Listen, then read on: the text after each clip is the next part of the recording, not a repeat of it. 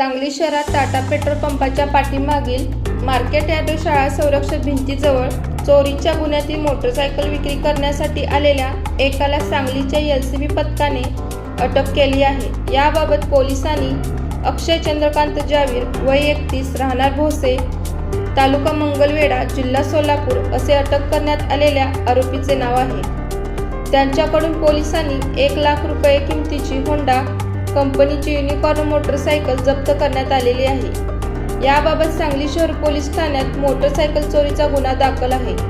सदर आरोपी व जप्त मुद्देमाल पुढील तपास कामी सांगली शहर पोलीस ठाण्याकडे वर्ग करण्यात आलेला आहे। पोलीस अधीक्षक संदीप घुगे, अपार पोलीस अधीक्षक कल्पना बावरकर यांच्या मार्गदर्शनाखाली पोलीस निरीक्षक संजीव कुमार झाडे, पोलीस उपनिरीक्षक Mahadev Pawar, police head constable Anil Kolekar, Nagesh Kharat, Sagar Lavate, Sagar Tingre, Amar Narale, Daryapa Bandgar, Satish Mane, Vikram Khot यांनी या कारवाईमध्ये सहभाग घेतला।